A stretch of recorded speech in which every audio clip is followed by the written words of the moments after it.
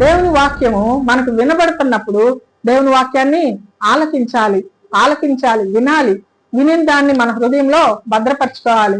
Okay, మన సంఘంలో ఎన్ని స్థాయిల్లో స్త్రీలు ఉన్నారు చెప్పండి. ఇక్కడ కూర్చున్న మనలో ఎన్ని స్థాయిల్లో ఉన్నారు? చిన్నపిల్లలు ఉన్నారా? ఆడపిల్లలు ఉన్నారా? ఎంతమంది ఉన్నారు? చేతులు ఎత్తండి. ఆడపిల్లలు లేరా? అంటే కొంచెమే ఎత్తుతుంటే కొంచెం స్త్రీవేనా? పైకి ఎత్తాలి బాగా. కుమార్తెలు, కుమార్తెలు ఎంతమంది ఉన్నారు? కుమార్తెలు. కూతుర్లు, కూతుర్లు ఎంతమంది ఉన్నారు? కూతుర్లు, కూతుర్లు నేను అనేది. మీరందరు కూతుర్లు కదా? ఒకప్పుడు మీరందరు కూతుర్లేనా? చేతులు ఎత్తాలి బాగా. అందరూ కూతుర్లే, అందరూ కూతుర్లే. ఓకే, కూతుర్లుగా పుట్టినప్పటి నుంచి ఒక 14-15 సంవత్సరాల వరకు కూతుర్లే అంటాం. 15 సంవత్సరాల నుండి కొన్ని ప్రాంతాలను బట్టి ఇంకా పెళ్లి చేయడం అవసరం అని చెప్పి పెళ్లి చేస్తాం కదా. పెళ్ళైన తర్వాత ఏమంటాము? పెళ్ళైన వెంటనే తల్లే, ఇల్లాలు, ఇంకా భార్య అంటాం. అవునా? భార్యలు ఎంతమంది ఉన్నారు ఇక్కడ? భార్యలు కొంచెం కొంచెం ఎత్తుతున్నారు అంటే కొంచెమే భార్య. మీరు బాగా ఎత్తండి. భార్యగా ఉన్న వాళ్ళందరూ చేతులెత్తాలి. ఓకే, భార్యలు. తర్వాత భార్యగా ఉన్న తర్వాత కొన్నాళ్ళకి తల్లులు అవుతారు. ఎంతమంది ఉన్నారు తల్లులు? తల్లి. మనకి బిడ్డలు లేకపోతే నేను తల్లిని కాదు అనుకోవాలా. అందరికీ తల్లులే, అందరూ తల్లులే. ఓకే, తల్లులు ఉన్నారు. తర్వాత స్థాయి ఏంటో తెలుసా? తల్లి అన్నా అమ్మ అన్నా ఒకటే. ఆ తర్వాత ఏమవుతారు? వాళ్ళ పిల్లలకి కూడా పెళ్లిళ్ళు చేస్తే వాళ్ళకి పిల్లలు పుడతారు. అప్పుడు ఏమవుతాము? అమ్మమ్మ లేక నానమ్మ, అమ్మమ్మ లేక నానమ్మ. ఆ స్థాయిలో ఉన్న వాళ్ళు ఎంతమంది ఉన్నారు? అమ్మమ్మ స్థాయిలో, నానమ్మ స్థాయిలో ఉన్నవాళ్ళు. రైట్. అన్ని స్థాయిల్లో, నేను అన్ని స్థాయిల్లో ఉన్నాను అనుకున్న వాళ్ళు ఎంతమంది? నేను అన్ని స్థాయిలు కంప్లీట్ చేసేసాను. నేను ఒక కుమార్తెగా ఉన్నాను, ఒక భార్యగా ఉన్నాను, ఒక తల్లిగా ఉన్నాను, ఒక అవ్వగా ఉన్నాను అనుకున్న వాళ్ళు ఎంతమంది? 4 స్థాయిలు. రైట్. అంటే మన సంఘము చాలా గొప్పది, చాలా ధన్యమైన సంఘం. మన సంఘంలో అన్ని స్థాయిలలో స్త్రీలు ఉన్నారు, అన్ని స్థాయిల్లో స్త్రీలు ఉన్నారు. అయితే మరి మనం ఇక్కడ మందిరంలో ఉన్నాం, దేవుని సన్నిధిలో ఉన్నాం. మరి దేవుడు మనల్ని ఆశీర్వదించాడు. మనల్ని ఆశీర్వదించి మనకు కొన్ని బాధ్యతలు పెట్టాడు. ఆ బాధ్యతలు ఏంటో చూద్దాం. కుమార్తెలకి బాధ్యతలు ఇచ్చారా? కుమార్తెలకి బాధ్యతలు ఇచ్చాడు దేవుడు. ఏమన్నా ఎగ్జాంపుల్ తెలుసా? తెలియదు కదా. మనం ఒక వాక్యం, ఒక్క మాటే చూసుకుందాం దాన్ని. మరి నిర్గమకాండము 1వ అధ్యాయము 2వ అధ్యాయం. నిర్గమకాండం 2వ అధ్యాయం, 2వ పుస్తకమే, 45వ పేజీ. పెద్ద బైబిల్లో 45వ పేజీలో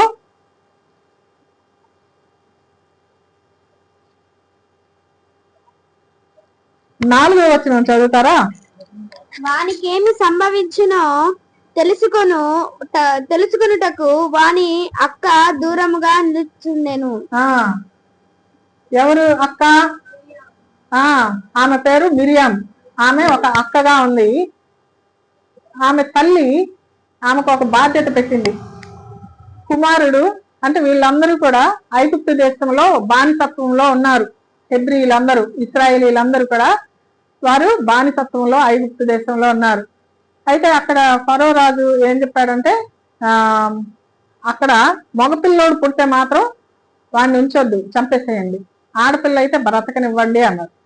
మరి మగపిల్లలు ఈ ఇంట్లో హెబ్రీ సంతానంలో, హెబ్రీ కుటుంబంలో ఒక బాలుడు పుట్టాడు. ఆల్రెడీ పుట్టిన పిల్లలు కాదు, ఇప్పుడు పుట్టిన పిల్లలందరినీ పురిట్లోనే చంపేయమని చెప్పి మంత్రసానులకి చెప్పారంట ఆ రాజు. అయితే ఆ మంత్రసానులు దేవునికి భయపడ్డారంట. మగపిల్లోడు పుడితే ఈ కుటుంబంలో ఆ బిడ్డని బ్రతకనిచ్చారు వాళ్ళు. ఆ తల్లి కూడా చాలా జాగ్రత్తగా 3 నెలలు ఆ బిడ్డ ఏడవకుండా, ఆ బిడ్డ గొంతు బయటికి వినిపించకుండా జాగ్రత్త పడింది. ఇంకా 3వ నెల తర్వాత ఆమె దాచలేక ఒక జమ్ము పిట్ట ఒకటి తయారు చేసి దానిలో ఆ బిడ్డని పడుకోబెట్టి, నైల్ నది ఉంది అక్కడ, నైల్ నదిలో అక్కడ కొన్ని మొక్కలు మొలుస్తుంటాయి, నీళ్ళలో కూడా మొక్కలు మొలుస్తుంటాయి కదా, ఆ కొంగలో ఆ జమ్ము పెట్టిందంట. పెట్టి అక్కకి, అంటే కుమార్తె, ఆ ఇంట్లో ఒక కూతురు ఉంది, ఆ కూతురికి చెప్పింది, అమ్మా నువ్వు ఇక్కడే ఉండు, ఆ జమ్ము పెట్టి ఎక్కడికి కొట్టుకొని పోకుండా గమనిస్తా ఉండు, ఆ బిడ్డకి ఏమీ ఆపద రాకుండా గమనిస్తా ఉండు అని చెప్పి బాధ్యత చెప్పింది. తల్లి వెళ్ళిపోయింది. ఈ అక్క ఏం చేసింది చెప్పండి? వానికి ఏమి సంభవించునో తెలుసుకొనుటకు వాని యొక్క దూరముగా నిలిచి ఉంది. దూరంగా నిలిచి చూస్తా ఉంది. కరెక్ట్ గా అదే ప్లేస్ కి ఫరో కుమార్తె వచ్చింది అక్కడికి స్నానం చేద్దామని. ఫరో కుమార్తె అంటే ఆమె ఒక రాణి, రాజకుమార్తె. రాజకుమార్తె ఒక్కటే వస్తుందా? ఎప్పుడు ఆమెకి చెలికత్తెలు ఉంటారు. ఆ చెలికత్తెలు కూడా వచ్చారు కాబట్టి వాళ్ళందరూ కలిసి అక్కడ స్నానం చేద్దామని చెప్పి అక్కడ ఉంటే, అక్కడ ఏదో ఒక పెట్టి కనిపిస్తుంది, ఏదో బాగుంది ఇది అని ఆ పెట్టి తెప్పించి చూస్తే ఈ బాలుడిని చూడగానే చాలా అందంగా కనిపించింది. బా, ఎవరు అయ్యిందంటారు ఈ బాలుడు, ఎవరు అయ్యిందంటారు ఈ బాలుడు నాకు దొరికాడు కాబట్టి నేనే పెంచుకుంటానని రాజకుమార్తె చెప్పిందంట. రాజకుమార్తె చెప్పడం వెంటనే ఈ అక్క ఏం చేస్తుంది తెలుసా? అమ్మా, ఈ బాబుని పెంచడానికి నేను ఒక ఆయాన్ని తీసుకురానా, ఒక దాదీని తీసుకురానా, నేను పాలిచ్చి ఆమె పాలిస్తుంది, ఆమె పెంచుతుంది, అట్లా చేయమంటావా? వెంటనే ఎంత చురుగ్గా పనిచేసింది చూడండి. తల్లి ఏ బాధ్యత చెప్పిందో ఆ బాధ్యత ప్రకారం ఆ బిడ్డ లోబడింది. ఆమె పేరు మిరియాము. మిరియాము ఒక కుమార్తెగా తన బాధ్యతను నెరవేర్చింది. ఒక అక్కగా తన తమ్ముణ్ణి కాచి కాపాడింది. మరి అక్కలు ఉన్నారు ఇక్కడ మన సంఘంలో? అక్కలు ఉన్నారా? అక్క స్థాయిలో ఎవరు లేరా? అందరు చెల్లుళ్ళేనా? అక్కలు ఉంటే వాళ్ళకంటే చిన్నవాళ్ళు అయితే ఏం చేస్తారు చెప్పండి? గిల్లడం, కొట్టడం, అన్నిటికీ పోటీ పడతా ఉంటారా? అక్కలు తనకంటే చిన్నవారిని ప్రేమిస్తారు, తనకంటే చిన్నవారిని చేయి పట్టుకొని నడిపిస్తారు, తనకంటే చిన్నవారిని వీరికి ఉన్నా లేకపోయినా కానీ వారికి పెడతా ఉంటారు. మరి అలా ఈ అక్క కూడా తన తమ్ముడిని కంటికి రెప్పలాగా కాచి కాపాడింది. ఆ బిడ్డని పెంచడం కోసం తన తల్లినే తీసుకొచ్చి తన తల్లినే దాదిగా ఏర్పాటు చేసింది. మరి దేవుడిచ్చిన జ్ఞానం, దేవునికి లోబడింది కాబట్టి దేవుడిచ్చిన జ్ఞానంతో ఆ బిడ్డ మరి తన తమ్ముడిని రాజగృహంలో పెరగడానికి దారి చూపించింది అనమాట. అట్లా మనం కూడా జ్ఞానంగా వ్యవహరించాలి. అక్కలుగా, ఒక కుమార్తెగా జ్ఞానంగా మనం మసులుకోవాలి. నెక్స్ట్ స్థాయి ఏంటి చెప్పండి? నెక్స్ట్ స్థాయి కుమార్తె అయిపోయింది, అక్క అయిపోయింది, చెల్లెళ్ళేమో అక్కలకి విధేయత చూపించాల, తనకంటే పెద్దవారికి విధేయత చూపించాలి. సరే, అక్క స్థాయి అయిపోయింది, ఒక కుమార్తె స్థాయి అయిపోయింది. నెక్స్ట్ స్థాయి ఏమనుకున్నాం? భార్య. భార్యగా, మరి భార్యగా మనందరూ భార్యలమే, ఎక్కువ మంది భార్యలుగా ఉన్నాం. పెళ్లి కాకముందు ఏమనుకుంటాం చెప్పండి? చాలా కలలు కంటాం, చాలా కలలు కంటాం. ఏం కలలు? నాకు మంచి భర్త రావాలి, మంచి భర్త రావాలి. మంచి అని అంటే ఆ మంచి మనకేం తెలీదు. దేవుడు ఏం చెప్తున్నాడంటే లోకంలో మంచి వాళ్ళు ఎవరు లేరు అంటున్నారు. మరి మంచి భర్త కావాలి అనుకున్నప్పుడు మంచి భర్త కోసం ఎలాంటి భర్త కావాలో ఆ డిస్క్రిప్షన్ అంతా రాసి దేవుని సన్నిధిలో పెట్టి ప్రార్థన చేయాలి. ప్రార్థనలో కనిపెట్టినప్పుడు దేవుడు ఆయన చూసేసి ఉంటాడు అందరినీ, అన్ని స్థాయిలు చూసేసి ఉంటాడు. పుట్టిన దగ్గర నుంచి చనిపోయే వరకు వారి జీవిత దినాలన్నీ లెక్క పెట్టాడంట దేవుడు. మరి మంచి చెడ్డ ఏంటి అనేది మనకి ఎవరు అనుకూలమో వారిని దేవుడే అనుగ్రహిస్తాడు. కాబట్టి భార్యగా అవ్వక ముందు మనం దేవుని సన్నిధిలో కనిపెట్టాలి. కనిపెట్టినప్పుడు దేవుడు మంచి భర్తని ఇస్తాడు. అయితే భార్యగా మనం చేయాల్సిన కొన్ని విధులు మనకున్నాయి. నేను ఒక వాక్య భాగం చదువుతాను చూడండి. సామెతలు 31:10. సామెతలు 31:10.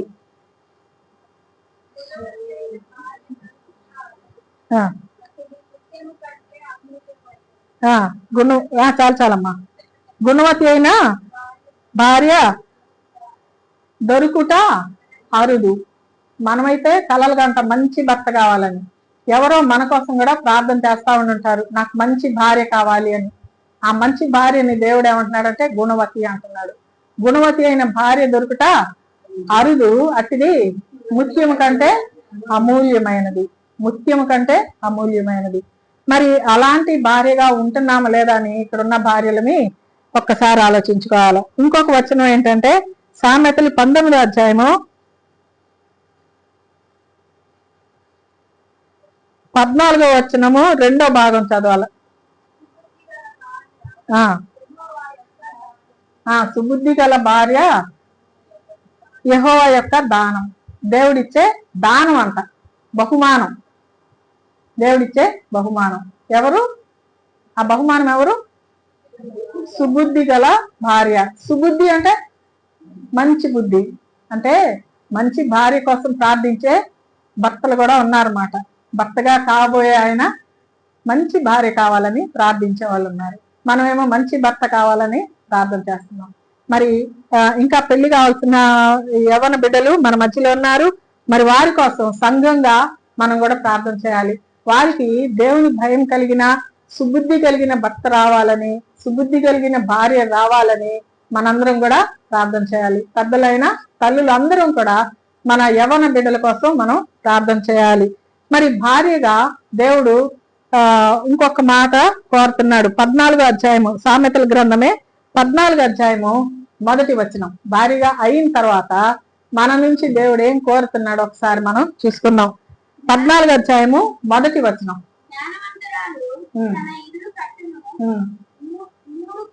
మూడు రాళ్ళు చేతులతో. ఇద్దరు గురించి చెప్తున్నాడు. జ్ఞానం గల స్త్రీ అయితే తన ఇంటిని, తన కుటుంబాన్ని కట్టుకుంటుందంట. అదే మూఢురాలు మూఢత్వంతో తన ఇంటిని పెరికేస్తుందంట. ఇంటిని చిందరవందర చేసి పారేస్తుంది, కుటుంబాన్ని విచ్ఛిన్నం చేసేస్తుంది. అట్లాగా మనం ఉండకూడదని దేవుడు ఏం చేస్తున్నాడంటే జ్ఞానం కలిగిన స్త్రీలుగా మనల్ని ఉండమంటున్నాడు. జ్ఞానము ఎక్కడి నుంచి వస్తుంది? మనకి దేవుని దగ్గర నుంచే రావాలి. ఈ లోక జ్ఞానం వేస్ట్. ఎంత చదువు చదివినా ఈ లోకంలో ఉన్న జ్ఞానము వేస్ట్. ఆ జ్ఞానము ఎందుకు పనికి రావాలి అని అంటే లోకంలో ఉన్న చదువు మనల్ని దేవుని వైపు మరల్చాలి, దేవుని భయంలోనికి మనల్ని తీసుకొని వెళ్ళాలి. అంతేగాని ఈ లోకంలో ఒక పెద్ద ఉద్యోగం సంపాదించుకోవడానికి పనికేమి రాదు. అటువంటి చదువు అవసరం లేదు మనకి. కానీ దేవుని జ్ఞానం మనకు కావాలి అంటే దేవుని వాక్యం చదవాలి. నేను చదువుకోలేదు, నేను వినగలను కదా, టీవీ పెట్టగానే వాక్యం వస్తుంది. దాదాపు అన్ని ఛానల్స్ లో ఇప్పుడు వాక్యము వెదజల్లబడుతుంది. మరి ఆ వాక్యం పెట్టుకుంటున్నామా? సీరియల్స్ లో మనం సమయాన్ని గడిపేస్తున్నామా? ఒకసారి ఆలోచించుకుందాం. దేవుని వాక్యము మనకు వినబడుతున్నప్పుడు దేవుని వాక్యాన్ని ఆలకించాలి, వినాలి. విని దాన్ని మన హృదయంలో భద్రపరచుకోవాలి. కాబట్టి దేవుని వాక్యంతో మనం ఎంత సమయం గడుపుతామో అంత జ్ఞానం దేవుడు మనకి ఇస్తాడు. ఆ జ్ఞానం దేనికి పనికి వస్తుందంటే మన కుటుంబాన్ని కట్టుకోవడానికి మనకి ఉపయోగపడుతుంది. సరే, కొంతమంది ఏంటంటే ముందుగా ప్రార్థన చేయలేదు, నా పెళ్లి కోసం నేను ముందుగా ప్రార్థన చేసుకోలేదు, తల్లిదండ్రులు చూసిన వివాహమే నేను చేసుకున్నాను, లేకపోతే నేను ఇష్టపడి చేసుకున్నాను అనుకుందాం. మరి అలాంటప్పుడు కుటుంబంలో చాలా సమస్యలు వస్తాయి. ఆ సమస్యలు వచ్చినప్పుడు ఈ జ్ఞానం పనికి వస్తుంది అనమాట. సమస్యలు వచ్చినప్పుడు ఆ సమస్యల్ని పరిష్కరించుకునే జ్ఞానం దేవుడే ఇస్తాడు. సమస్యలన్నిటికీ మనం ఈ రోజు ఇక్కడ మనం ఎదుర్కొంటున్న ప్రతి సమస్యకి పరిష్కారం వాక్యంలో ఉంది, దేవుని దగ్గర ఉంది, దేవుని సన్నిధిలో ఉంది. కాబట్టి ప్రార్థనలో కనిపెట్టి మనం ఆ పరిష్కార మార్గాల్ని అంటే తెలుసుకోవాలి. ఆ పరిష్కారము మన కుటుంబంలో మనం చేసుకోవాలి. ఒక జ్ఞానం కలిగిన ఒక భార్యని మనం చూద్దాం. 1 సమూయేలు 25వ అధ్యాయంలో ఒక జ్ఞానం కలిగిన స్త్రీ, ఒక భార్య ఉంది. 1 సమూయేలు 25వ అధ్యాయంలో జ్ఞానం కలిగిన ఒక స్త్రీ ఉంది, ఒక భార్య ఉంది. ఆ భార్య పేరు అబీగయలు. అబీగయలు నాబాలు అని 3వ వచనం చూసుకుందాం.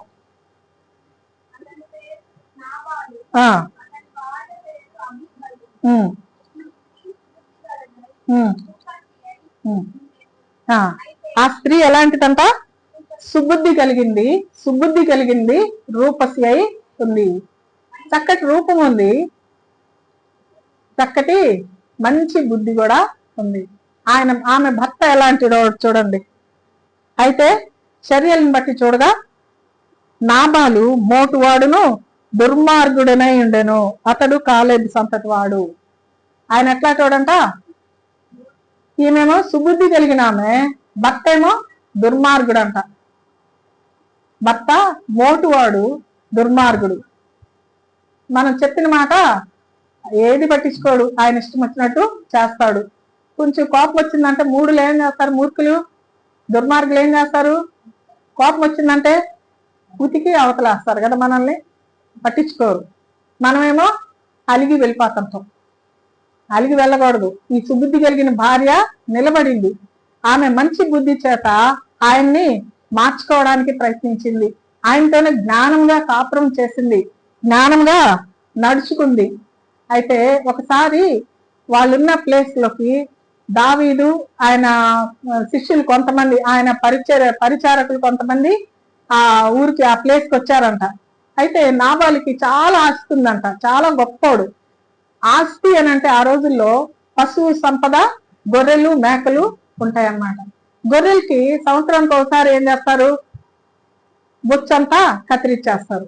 ఆ కత్తిరించే సమయం అన్నమాట అది. వాళ్ళు ఎక్కడికి తీసుకెళ్లారు? ఒక మైదానం ప్లేస్ లో తీసుకెళ్లి అక్కడ బొచ్చు కత్తిరిస్తా ఉన్నారు. కరెక్ట్ గా అదే ప్లేస్ కి దావీదును ఆయన పరిచారకులు అందరు అక్కడికి వస్తారు. వస్తే ఇక్కడ ఎవరో మనుషులు కనబడుతున్నారు, మనకు కొంచెం దాహంగా ఉంది, కొంచెం ఆకలిగా కూడా ఉంది కదా, వాళ్ళని అడుగుదాము అని చెప్పి ఆయన కొంతమందిని శిష్యుల్ని పంపిస్తాడు. వాళ్ళ దగ్గరికి వెళ్ళి వాళ్ళ పెద్ద ఎవరో చూసుకొని, అయ్యా దావీదు గారు వచ్చారు ఇక్కడికి, దావీదు రాజు ఆయన, మరి ఆయనతో పాటు మేము కూడా వచ్చాము, మరి మీ యోగక్షేమాలన్నీ కనుక్కొని రమ్మన్నాడు దావీదు గారు. అవునా, సరే, మీ దగ్గర తినడానికి ఏమైనా ఉంటే మాకు ఇవ్వండి, త్రాగడానికి ఏమైనా ఉందంటే ఇవ్వండి మాకు అని అంటే, వాళ్ళు వెళ్ళి వాళ్ళ బాస్ ఎవరు? నాబాలు. ఆయన ఎట్లాంటోడు? ఎలాంటోడు అని చెప్పాను? మోటువాడు, దుర్మార్గుడు. మోటువాడు, దుర్మార్గుడు. ఏం భాష వస్తుంది? ఎవరన్నా ఏదన్నా చెప్తుంటే బూతులే వస్తాయి కదా. వాడేవాడు, వాడు అడిగితే నేను ఇవ్వడం ఏంటి, వాడు అడిగితే నేను చేయడం ఏంటి, వాడు చెప్పగానే నేను చేయాలా? అడ్డంగా మాట్లాడాడు. మాట్లాడితే వాళ్ళు వచ్చి దావీదు రాజుకి చెప్పాడు, అయ్యా మమ్మల్ని నానా దుర్భాషలాడాడయ్యా అనేటప్పటికి, అతని సంగతి నేను చూసుకుంటాను, అతన్ని చంపేద్దామని చెప్పి అందరూ కత్తులు దూసి వెళ్ళబోతా ఉన్నారు. ఆ మాట విని నాబాలు యొక్క పని వాళ్ళు పరిగెత్తుకుంటా వెళ్ళి మేడం గారికి చెప్పారు. మేడం గారి పేరేంటి? అబీగయలు. అబీగయలు. ఆమె ఎలాంటిది? సుబుద్ధి కలిగిన భార్య. సుబుద్ధి కలిగింది కాబట్టి వెంటనే, అమ్మో నా భర్తకి పెద్ద ప్రమాదం పొంచి ఉంది, అయ్యో అనుకొని గబగబా ఆమె బయలుదేరి ఇంట్లో ఉన్న మంచి పిండి వంటలు, శ్రేష్టమైన పిండి వంటలు తయారు చేయించి ఒక గాడిద మీద ఎక్కించుకొని ఆయన దగ్గరికి వెళ్ళిపోయింది. దావీదు మహారాజు దగ్గరికి వెళ్ళిపోయి సాష్టాంగ పడిందంట. ఆయన కాళ్ళ మీద పడి క్షమాపణ వేడి ఆమె భర్తకి రాబోయే ప్రమాదం నుండి ఆమె కాపాడింది. దావీదు కాళ్ళ మీద పడి ప్రాధేయపడుతుంటే, ఒక భర్త కోసం భార్య రాజుగారి కాళ్ళ మీద పడి బ్రతిమలాడుతుంటే ఆ రాజు కరిగిపోయాడు.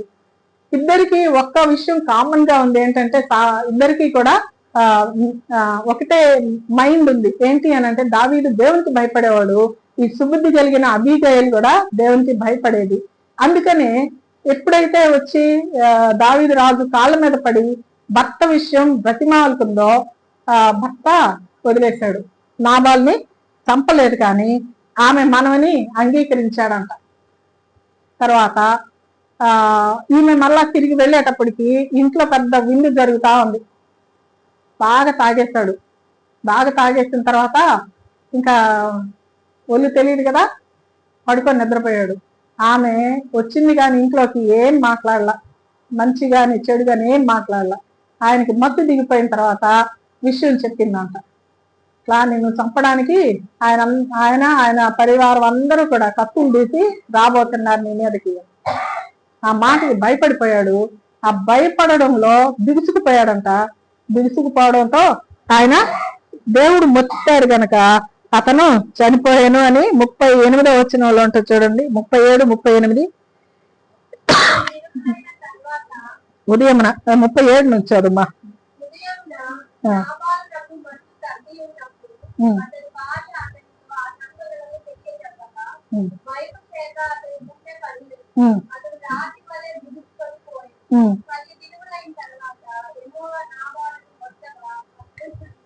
అతడు చనిపోయాను. దేవునికి భయపడని వాడు కనుక దేవుని బిడ్డల మీదకి ఎవరైనా కానీ, దేవుని భయం లేని వారు ఎవరైనా కానీ దేవుని బిడ్డల మీదకి వస్తే దేవుడు చూస్తూ ఊరుకునే దేవుడు కాదు. అయితే జ్ఞానం కలిగి మనం నడుచుకున్నప్పుడు, జ్ఞానం కలిగి భార్యలంగా మనం దేవుని పాదాలు పట్టుకొని బ్రతిమలాడుతున్నప్పుడు దేవుడు పరిస్థితులన్నిటినీ కూడా మనకి అనుకూలంగా చేస్తాడు. దేవుడు పరిస్థితులన్నిటినీ మార్చగలడు. నాబాల్ విషయంలో దేవుడు మరి కరుణించలా. మరి దేవుడు అతన్ని మొత్తాడు కనుక అతను చనిపోయాడంట. మరి అటువంటి పరిస్థితులు కనుక మన కుటుంబాలలో ఎప్పుడైనా జరగబోతాయని చెప్పి మనం ఎప్పుడన్నా ఊహించినప్పుడు మనం ఏం చేయాలంటే మంచి భార్యలుగా, సుబుద్ధి కలిగిన భార్యలుగా మనం దేవుని పాదాలు పట్టుకొని బ్రతిమాలాలి. బ్రతిమాలితే దేవుడు మన పరిస్థితులు, మన కుటుంబ పరిస్థితులన్నిటినీ తలక్రిందులు చేస్తాడు. తలక్రిందులు అని అంటే ఉన్న స్థితి నుంచి మరో స్థితిలోకి, మంచి స్థితిలోనికి మన కుటుంబాలని తీసుకొని వస్తాడు.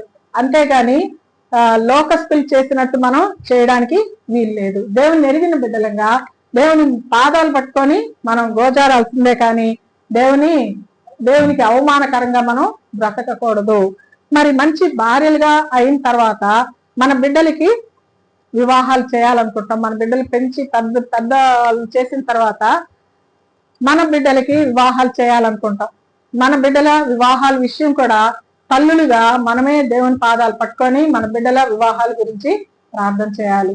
మరి వివాహాలు అవుతాయి, వాళ్ళకి కూడా పిల్లలు పుడతారు. ఇంకొక డైరెక్షన్ లో చూద్దాం మనం.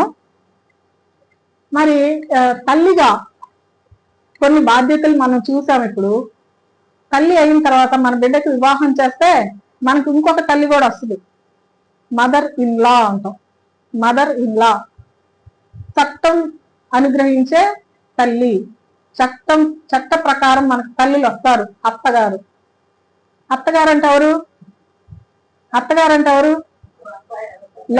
లోక డెఫినేషన్ నేను అడగట్లా, లోకం డెఫినేషన్ నేను అడగట్లేదు. కానీ దేవుడు ఇచ్చిన ఇదేంటంటే చట్ట ప్రకారం మనకిచ్చిన తల్లి. ఇక మీద తల్లి ఈమె అని దేవుడు ఇచ్చాడు మనకి. ఆమె కూడా తల్లి. ఆమెని ఒక తల్లిలాగే మనం చూడాలి. అత్త కూడా తన కోడల్ని కుమార్తెగానే స్వీకరించాలి. అలాంటి ఒక కుటుంబం మనకి ఉంది బైబిల్లో. రూతు అనే కోడలికి నయోమి అనే ఒక అత్త ఉంది. నయోమి అనే అత్త దేవుని భయం కలిగిన అత్తే, ఒక తల్లి. ఆమె నయోమి అనే ఒక తల్లి ఉంది. ఆ తల్లికి 2 కొడుకులు.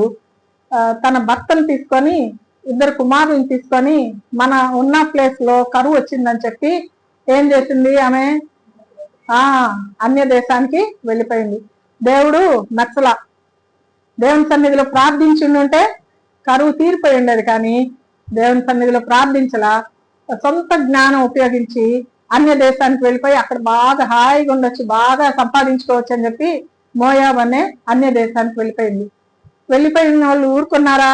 అక్కడ స్త్రీలు చాలా అందంగా ఉంటారని చెప్పి 2 కొడుకులు అక్కడ పిల్లల్ని పెళ్లి చేసుకున్నారు. కొన్నాళ్ళకి భర్త చనిపోయాడు. భర్త తర్వాత కుమారులు ఇద్దరు కూడా చనిపోయారు. ఇప్పుడు ఎవరెవరు మిగిలారు? అత్త, ఇద్దరు కోడళ్ళు మిగిలారు. అత్త ఎలాంటిది?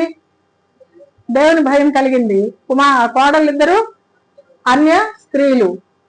అయితే అన్య స్త్రీలు అయినా కానీ మన కుటుంబంలోకి వచ్చిన తర్వాత అత్తలుగా మన బాధ్యత ఏంటంటే మనలో దేవుణ్ణి చూపించాలి. ఈ అత్త నిజంగానే తన దేవుణ్ణి ఎలా ఆరాధిస్తుందో ఇద్దరు కోడళ్ళు కూడా చక్కగా గమనించుకున్నారు. చక్కగా ఆమెను పరిశీలించారు. ఆమె ఉదయాన్నే లేచి దేవుని సన్నిధిలో ప్రార్థించడం చూశారు. భోజనం వండేటప్పుడు ప్రార్థించడం చూశారు. భోజనం తినేటప్పుడు ప్రార్థించడం చూశారు.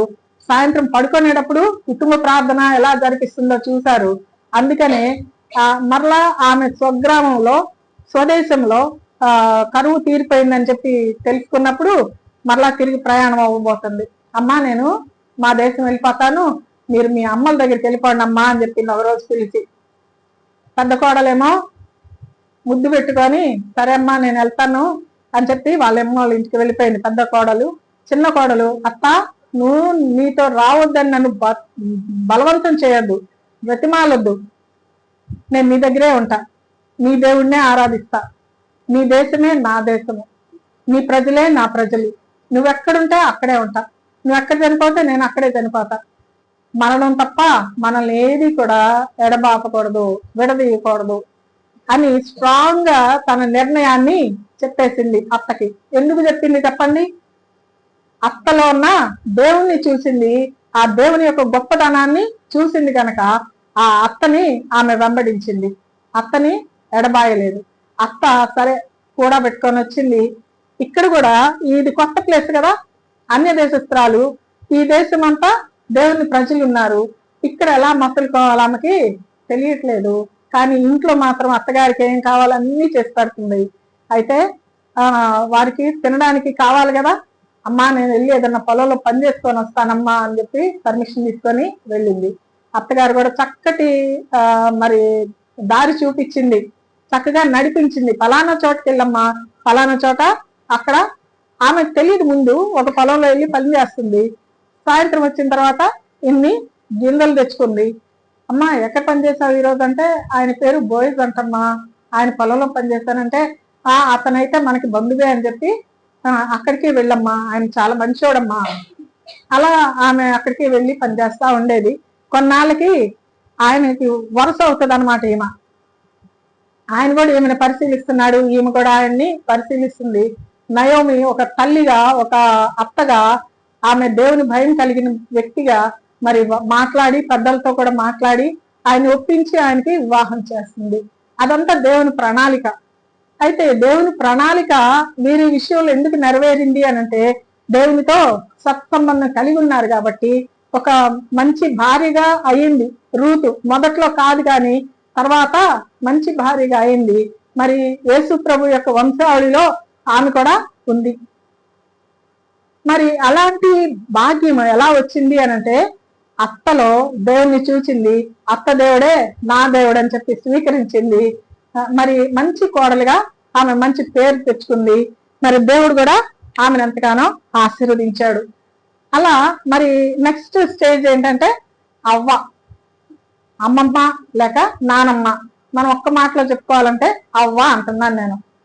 అమ్మమ్మ అయినా నాయనమ్మ అయినా ఏం చేస్తాం? అమ్మమ్మలు నానమ్మలు ఏం చేస్తుంటారు? మనవాళ్ళు రాగానే అమ్మ కొట్టిందా, అమ్మని కొడదాంలే అంటాం. తర్వాత అత్త కొట్టిందా, అత్తని కొడదాంలే, అలాంటివి నేర్పిస్తాం. కానీ అమ్మ అవునా అని చెప్పి ఎత్తుకొని బుజ్జగించి రాత్రి పడుకునేటప్పుడు చక్కగా దేవుని సంగతులు చెప్పి, దేవుని సంగతులు బోధించి విశ్వాసంలో పెంచిన ఒక అవ్వ గురించి నేను చెప్తాను. చూడండి, తిమోతి పత్రిక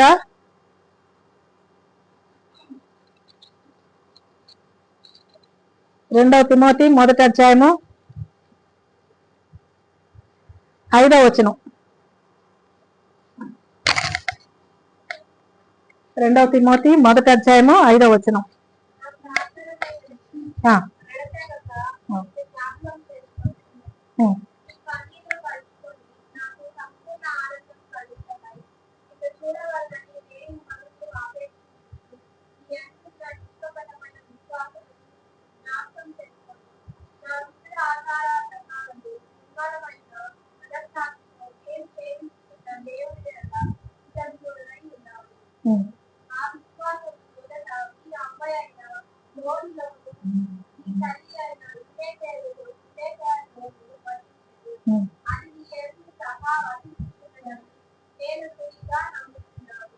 ఈ మాటలు పౌలు గారు చెప్తున్నాడు. తిమోతి అనే యవ్వన బిడ్డతో మాట్లాడుతున్నాడు. తిమోతి యవ్వన ప్రాయానికి వచ్చేసాడు. ఒకప్పుడు చిన్నోడే, బాలుడుగా ఉన్నప్పుడు చిన్ననాటి నుండి తల్లి అవ్వ ఇద్దరి సంరక్షణలో పెరిగాడు ఆ బిడ్డ. తల్లిలో ముందు అవ్వలో ఉన్న విశ్వాసము తల్లిలోకి వచ్చింది, తల్లిలోని విశ్వాసము బిడ్డలోనికి వచ్చింది. బిడ్డలో చిన్నప్పుడే కాదు కానీ బిడ్డ ఎదుగుతూ ఉన్నప్పుడు బిడ్డలో విశ్వాసం అంతకంతకు పెరుగుతుందంట. ఎందుకు పెరుగుతుంది? అవ్వ తల్లి చేసే ప్రార్థనల వలన, అవ్వ తల్లి నేర్పించే దేవుని వాక్యం వలన ఆ బిడ్డలో విశ్వాసం పెరుగుతా ఉంది. వినటం వలన విశ్వాసము కలుగుతుందని పాస్టర్ గారు ప్రతిసారి ప్రతి వాక్యంలో కూడా చెప్తుంటారు. వినటం వలన విశ్వాసం కలుగుతుంది. ఏం వినడం వలన? వాక్యం వినడం, దేవుని మాటలు వినడం వలన విశ్వాసం కలుగుతుంది. ఆ విశ్వాసం పెరుగుతుంది. ఈ రోజు చెప్తే విశ్వాసం కొంచెం కలుగుతుంది, రేపు ఇంకో కొంచెం చెప్తే ఇంకొంచెం విశ్వాసం పెరుగుతుంది. అలా తాత అవ్వలు ఏం చేయాలంటే మనవాళ్ళకి దేవుని మాటలు చెప్పాలి, దేవుని కథలు, చిన్న చిన్న కథలు చెప్పాలి. ఆ కథలో ఉన్న చిన్న చిన్న పిల్లలు ఏ విధంగా దేవునిలో ఎదుగుతున్నారో చెప్తే బిడ్డలు కూడా చక్కగా రిలేట్ చేసుకుంటారు. ఓ, నేను కూడా యేసయ్యని అంతగా ప్రేమిస్తే నాకు కూడా దేవుడు అలాంటి ఆలోచనలు ఇస్తాడు, అలాంటి మంచి భవిష్యత్తు ఇస్తాడు అని చెప్పి బిడ్డలు విశ్వాసంలో ఎదుగుతా ఉంటారన్నమాట. అలా ఎదుగుతా ఒక యవ్వన బిడ్డగా ఆ ఊరికి ఒక సేవకుడు వచ్చాడు. ఆయన పేరు పౌలు. ఆ పౌలు గారి దగ్గరికి వెళ్ళి ఇంకా నేర్చుకుంటున్నాడంట దేవుని వాక్యం గురించి. ఆయన చాలా సంతోషపడిపోయాడు. ఆయన యేసు ప్రభుని ఒకప్పుడు యేసు ప్రభు శిష్యుల్ని అంటే యేసు ప్రభుని అంగీకరించిన ప్రతి ఒక్కరిని కూడా ఆయన హింసించేవాడు ఒకప్పుడు. ఎప్పుడైతే యేసు ప్రభు ఆయన సంధించాడో, సంధించినప్పుడు దేవుని మాటకి విరోధం చెప్పలా, వ్యతిరేకత చెప్పలా, మారాడు. మారిన తర్వాత పౌలుగా ఆయన పరిచర్య చేశాడు, అనేక సంఘాలని కట్టాడు, సంఘాలని బలపరిచాడు. అనేక బాధలు పడినా కానీ దేవుని కోసం ఒక యోధునిగా నిలబడ్డాడు. ఒక యోధునిగా నిలబడి మరి నా విశ్వాసాన్ని కాపాడుకున్నానని చెప్పి ఫైనల్ గా ఆయన చనిపోక ముందు ఆ మంచి మాటలు చెప్పి ముగించాడు. అయితే సంఘాల్లోని విశ్వాసులందరినీ బలపరుస్తూ ఉత్తరాలు రాసేటప్పుడు ఈ తిమోతి గురించి ఏం చెప్తున్నాడు? అయ్యా, నిష్కపటమైన విశ్వాసం అంటాడు చూడండి, నిర్మలమైన మనసాక్షితో, నిష్కపటమైన విశ్వాసము. నిష్కపటమైన విశ్వాసం. కొంతమంది విశ్వాసం చూపిస్తారు. ఎలాంటి విశ్వాసం అంటే, ఒక గొప్ప ఆయన ఉన్నాడు అనుకోండి, ఆయన దగ్గర పనిచేసే పనివాళ్ళు ఉన్నారనుకోండి, వాళ్ళు కూడా మంచిగా చాలా లోబడి చాలా మంచిగా పనిచేస్తున్నట్టు నటిస్తుంటారు, కానీ నిజంగా యథార్థంగా పనిచేయరు కదా. ఎందుకు? నేను మంచిగా పనిచేస్తున్నట్టు ఆయన చూశాడంటే నాకు ఎక్కువ ఇస్తాడు, లేకపోతే ఎక్కువ మంచి ఫుడ్ పెడతాడు, అట్లా ఆశిస్తారు. ఆశగా ఇట్లా కాదు, నిష్కపటమైన విశ్వాసం వేరు. ఏమి అపేక్షించకుండా, ఏది కూడా రిటర్న్ కోరుకోకుండా మరి విశ్వాసం చూపిస్తే దాన్ని నిష్కపటమైన విశ్వాసం అంటున్నాడు. ఆ విశ్వాసము పౌలు గారు వచ్చి తిమోతినే చూశాడా? తిమోతి వాళ్ళ అమ్మని చూశాడు, తిమోతి వాళ్ళ అవ్వను కూడా చూశాడు. మొదట నీ అవ్వ అయిన లోయలోను, తర్వాత నీ తల్లి అయిన యూనికేలోను ఈ విశ్వాసాన్ని చూశాను, ఇప్పుడు నీ యందు కూడా విశ్వాసం కనబడుతుంది. అలాంటి విశ్వాసమే. విశ్వాసాన్ని మన చిన్న బిడ్డల్లో విశ్వాసాన్ని పెంపొందించడంలో అవ్వ పాత్ర చాలా ఉంది. అవ్వల పాత్ర, అవ్వ తాతల పాత్ర. మరి దేవుని వైపుకు చిన్న బిడ్డల్ని దేవుని వైపుకి మరల్చడంలో మన బాధ్యత ఉంది. మరి ఇన్ని బాధ్యతలు, కుమార్తెగా ఏం బాధ్యత చెప్పారు చెప్పండి? పెద్దలకి లోబడమన్నాడు, తల్లికి లోబడాలి, తల్లికి సహాయం చేయాలన్నిట్లో. చేస్తున్నారా? నాకు వస్తుంది రిపోర్ట్ మళ్ళీ. మరి కుమార్తెగా మంచి ప్రవర్తన కలిగి తల్లికి లోబడాలి. మరి తల్లి కూడా మాదిరి చూపించినప్పుడు ఆ అడుగు జాడల్లో నడవాలి. ఒక అక్కగా మన బాధ్యతని నెరవేర్చాలి. చిన్నవాళ్ళని, మన వెనక ఉన్న వాళ్ళని, ఇటు మన వెనక వచ్చే వారిని, తమ్ముళ్ళని చెల్లెల్ని మరి మంచి దారుల్లో నడిపించాలి, మంచిగా నడిపించాలి. అమ్మోళ్ళు కొడతారనుకోండి, తమ్ముళ్ళని ఆదరించాలి, చెల్లిని ఆదరించాలి, చేయి పట్టుకొని స్కూల్కి తీసుకెళ్ళాలి. మరి అలా చూస్తున్నప్పుడు అందరూ కూడా మంచి అక్క, ఈమె మంచి అక్క అని చెప్పి అనుకుంటారు. మరి ముందు మనం దేవునితో కనెక్ట్ అయి ఉండాలి. కీర్తన నీకే చెప్పేది. తర్వాత యవ్వన బిడ్డలుగా మరి మంచి భర్త కోసం ప్రార్థన చేసేవారిగా ఉండాలి. మంచి భార్యగా అయిన తర్వాత జ్ఞానం కలిగి, సుబుద్ధి కలిగి, మంచి గుణం కలిగి మరి మంచి భార్య అనిపించుకోవాలి. ఎటువంటి పరిస్థితులు వచ్చినా దేవుని పాదాలు పట్టుకొని గోజాడి పరిస్థితులను మార్చగలిగే స్థితికి మనం రావాలి మంచి భార్యగా. మరి మీరు ఇంటికి వెళ్ళిన తర్వాత సామెతలు 31 అధ్యాయం మొత్తం చూడండి. 11వ వచనం నుంచి చివరి వరకు కూడా గుణవతి అయిన భార్య లక్షణాలన్నీ ఉంటాయి. ఒక తల్లిగా, ఒక అత్తగా, ఒక కోడలిగా మన బాధ్యతల్ని మనం చూసాం దేవుని వాక్యంలో. మరి ఈ బాధ్యతలన్నీ మనం నెరవేర్చాలి. ఒక అవ్వగా కూడా మన బాధ్యతలు నెరవేర్చాలి. ఆఖరిగా నేను ఒక్క వాక్యం చదివి ముగిస్తాను. సామెతలు 31:30 వచనం.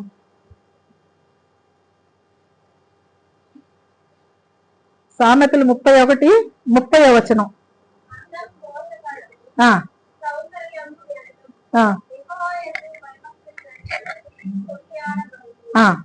యెహోవా యందు భయభక్తులు కలిగిన స్త్రీ కొనియాడబడును.